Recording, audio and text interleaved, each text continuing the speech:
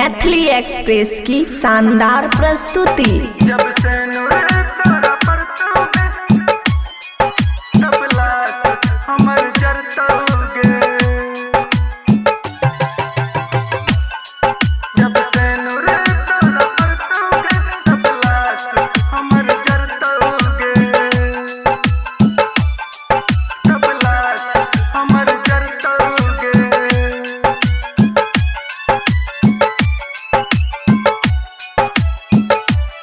खुशी recording studio बलुआहा। जीबो नहीं तोरा बिना मरबो शादी के दिना। हाँ हाँ हाँ जीबो नहीं तोरा बिना मरबो शादी के दिना। अखिया सालोर झरतोगे जब से नूर तोरा परतोगे तब लाश हमर जरतोगे।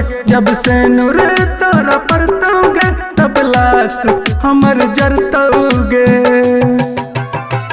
तब लाश हमर जरतोगे। डीजे सुमित सतीश रईमा। खुशी रिकॉर्डिंग स्टूडियो बलुआहा। मेहंदी से हाथ अपन कईने छलाल गे। देखी देखी होई छौ हमर हाल बेहाल गे। हाल बेहाल गे। मेहंदी से हाथ अपन कईने छलाल गे। देखी देखी होई छौ हमर हाल बेहाल गे। भले सनम जिंदगी में दल लगम दुनिया हमर उजरतोगे। जब से नूर तोरा परतोगे तब लाश हमर जरतोगे। तब लाश हमर जरतोगे।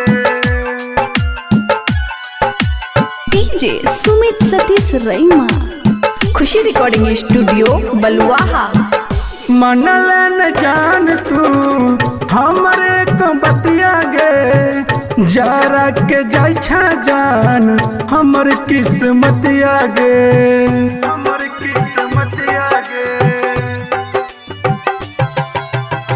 मनल न जान तू हमरे को बतिया गे। जरा के जाय छा जान हमर किस्मतिया गे।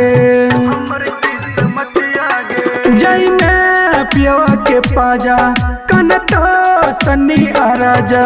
दर्द दिल के बढ़तोगे जब से नूर तोरा परतोगे तब लाश हमर जरतोगे। खुशी रिकॉर्डिंग स्टूडियो बलुआहा।